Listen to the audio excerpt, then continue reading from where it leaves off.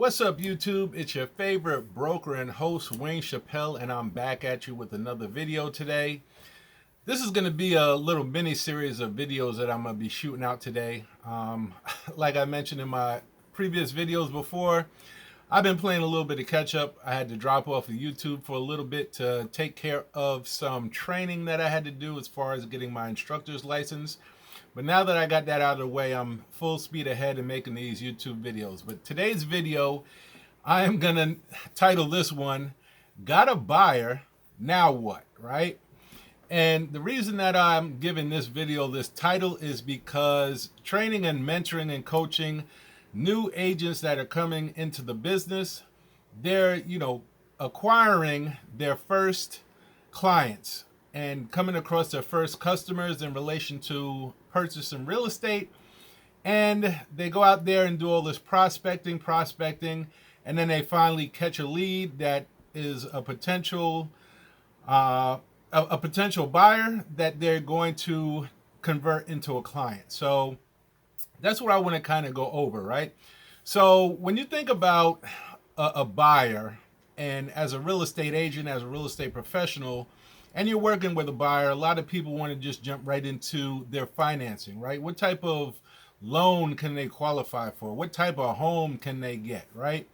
And I will admit, this is a critical piece of the puzzle to establishing your goal of transitioning this client into a homeowner. But I would beg you to look at the entire picture, right? Real estate, I always say, real estate is about people, not just about transactions, right? Because transactions, you have a definite beginning, you have a definite ending, and that's pretty much it. But with real estate, you want to be able to create relationships to be able to sustain yourself in this industry and in this business, and just in general. If you're if you're in business and you're an entrepreneur or you're a business owner, you want to be able to cultivate and maintain relationships with the people that you come across, whether they're prospects, whether they're clients, whether they're customers, in order to maintain your business. So I would suggest, before you jump the gun and get all into, the financing piece of it, is to get into actually looking at, building a relationship with the client first. And in regards to that, I have some notes here that I pulled up on my screen real quick so I can kind of,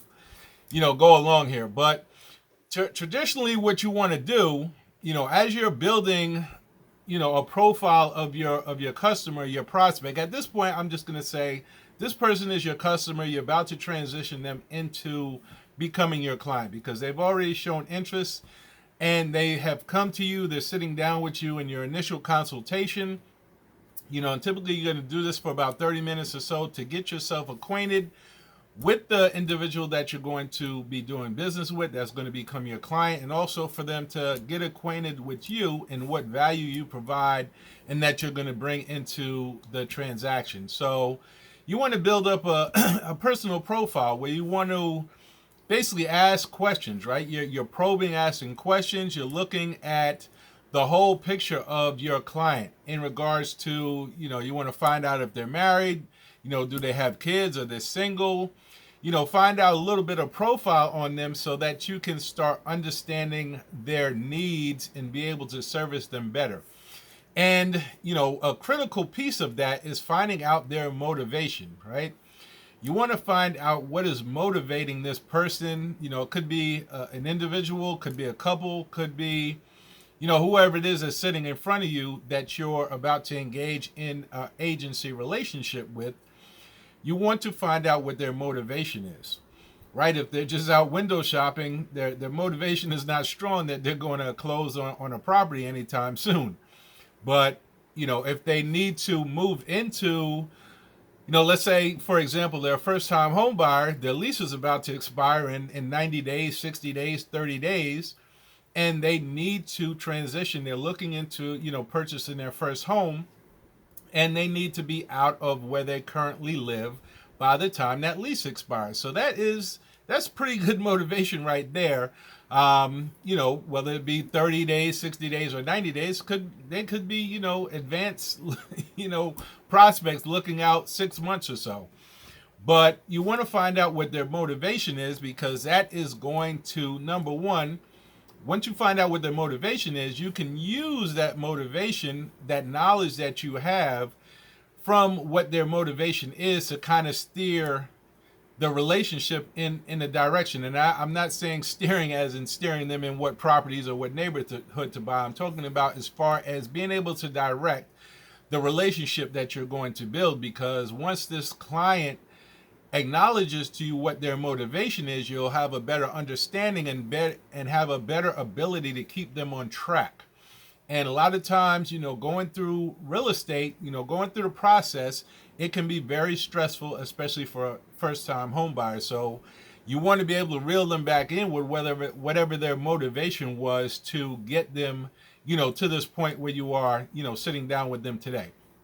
So once you discover the motivation, what they want to do, like I said, for example, it could be first-time home buyers. They want to get out of their lease, where they live. They want to move into their first home. Or you could be sitting down with some folks that already have a home and they're looking to move to another location.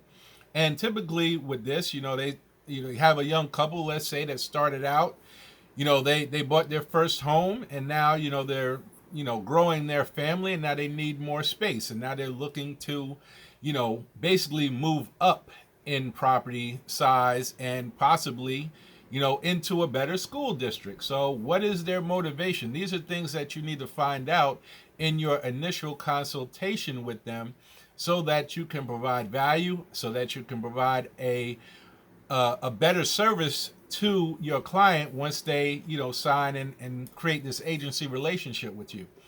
So based on that, especially if you're working with a couple, you want to find out who has the authority, right? You're going to have, it could be the husband, could be the wife, could be, if you're dealing in, two males or two females in a couple together, you're trying to find out who has authority. Now, both people are most likely going to be signing, taking out the mortgage or signing on, at the closing, signing on the documents. But you want to find out who has the authority, who's really the motivation in making these decisions. So, for example, it could be the husband, or it could be the wife. I know in my situation, my wife is the one who's going to be making most of the decisions, right? She is the authority in regards to, we're out looking for property. She's going to pretty much have more say. I'm looking for certain key things in a property, and after that, I'm pretty much good. But you want to find out who the authority is, who's going to be the one that you're going to have to convince or persuade or, be able to work with in order to get them to where they need to be. So if they gave you their motivation and let you know that they need to be somewhere at a certain time in a certain property, you need to find out who that ultimate decision maker is going to be. Who's the one who has the most influence? Who's going to be having the influence over the other person? And if you're just dealing with one individual, then you've already figured that out. But keep in mind, there could be somebody who is not involved in this transaction that has authority, right? Who is persuading from behind the scenes. For example, you could have a single male or a single female that is purchasing a property, and the person who actually doesn't really have authority but has high persuasion could be a family member, right? Could be a mother, could be a father, could be an aunt, uncle, grandmother, grandfather, brother, sister, who knows, that's behind the scenes, that's not really involved in the transaction, who is not going to be, signing on any documentation, taking out any loans, but they have a significant impact and influence on your client as far as the decision making goes. So you need to be aware of that and, know that up front. So you need to be asking probing questions so that you can get a better understanding of how to work with this client, this buyer that's in front of you. And you also want to look at housing information, right? So if you're dealing with a buyer, they're coming out of, like I said, a first-time home buyer, and they're coming out of an apartment, they never owned a house before. So you got to kind of ask them, where have they lived before? What do they like about the past places they have lived in? What are they looking for? Are they looking for another 1 bedroom, a 2 bedroom, 3 bedroom? You need to, again, ask probing questions to find out what your client is looking for, what the buyer is looking for, so that you can better service their needs and be able to provide some accurate properties once you get into the MLS and you start looking up these properties to show your buyer, show your client. So going through that, these are just kind of ideas. I'm kind of just skimming over. I just wrote down a couple little notes real quick, just so I can get this video up on deck. I have a couple more that come out that have to deal with buyers, but I do have a lot of first-time agents, brand new to the business. They go out, they prospect, and then they finally land a buyer or a seller. I'll get into that in another video, but you finally land a buyer, and now they don't know what to do with them. They want to run out, get that pre-approval, and start looking at houses. But like I said, transactions have a definite beginning, definite ending.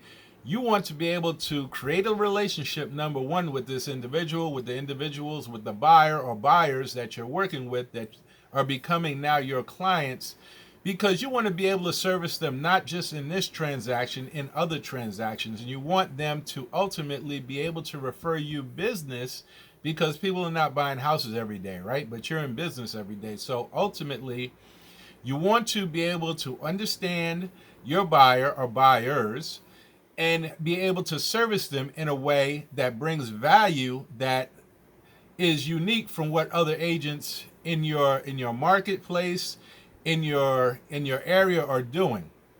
And I'll go over some of those in another video, but I just wanted to cover this topic because, like I said, I do get a lot of new agents that say, hey, I got a buyer, now what? Now what do I do? Do I run out and start showing properties, or what do I do?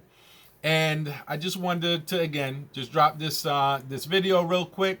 As always, hope you guys are out there having a blessed day. Go out there and make it happen, and I'll see you guys on the next video.